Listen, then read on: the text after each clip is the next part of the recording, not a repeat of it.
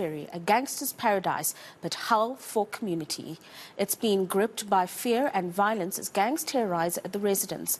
13 people were shot in just 1 week in the area. It's prompted the deployment of a response unit and the Amaberete and detectives. The community is crying out for protection and long-term solutions. eNCA producer Lee McCabe took a deep dive into the issues and compiled the special feature.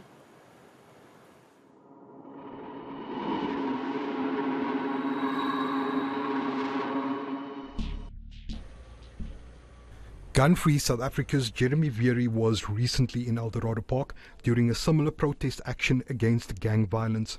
He believes police need to prioritize the confiscation of firearms in these areas. It's no normal policing, it's a reactive policing that just responds. You must go after the syndicates, you must go after the guns, and that's what means particularly, you know. The proliferation of guns here, like in the Cape, is what makes the lethalness of violence and the potential of crossfire killings much more higher in these confined spaces. We took a drive through Westbury with a police escort.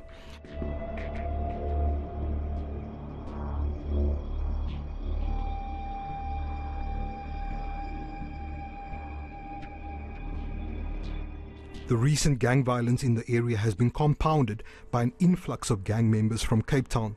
The flying of this American flag outside a block of flats confirms that this is indeed the case, signaling that this area belongs to the American gang.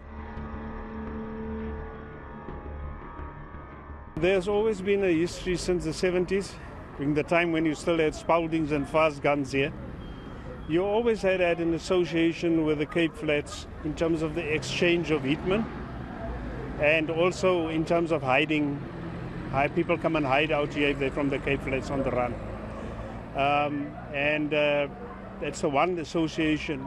And in the 90s now, it is just the pattern as gangs grew bigger and killing for hire became more professionalized, both this side and that side. There's now an exchange program. The current war being waged in Westbury is between the fast guns and the Vardos gangs. The proximity of their respective turfs is jarringly evident. The police minister's recent visit was marked by a flamboyant display of force to a community that has reached its wits' end. The last time there was a massive SAPS deployment here was in 2018, when the Amaberete unit was deployed to curb gang violence.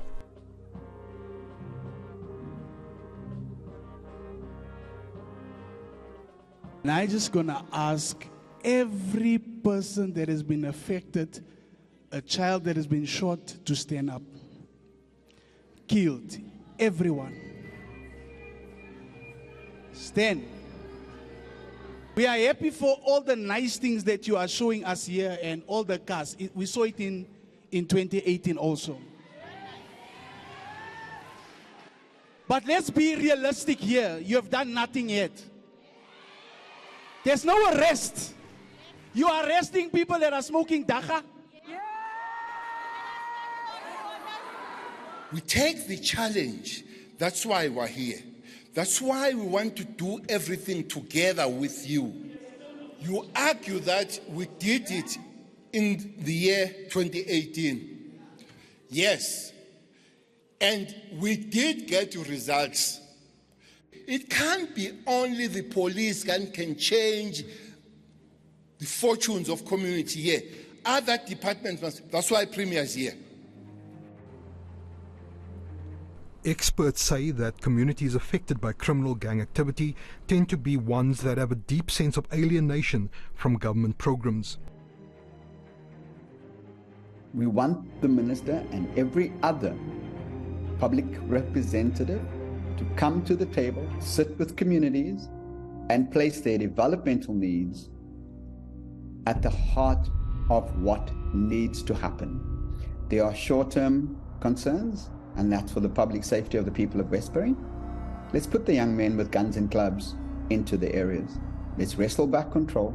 Let's go door to door. Let's put a ring of steel over there and ensure that we get involved in people's lives. Let's bother them. Let's inconvenience them, because this is what they're asking for and this is what they're ready to. We spoke to reformed gang leader Welcome Witbooi, a former general of the 28th gang in prison, about his take on how the violence can be curbed and whether peace is attainable. Anything is possible if the people on the ground are prepared to sit down and say what is it exactly that they want peace for. Right now we have a few individuals that are pushing the envelope. And if those individuals can say, you know what, instead of this being about us, let us consider what this has, what impact this has on the community. Peacemaking processes take skill.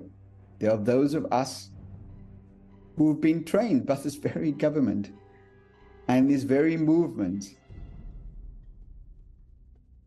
as civilian peacemakers. Use us, abuse us.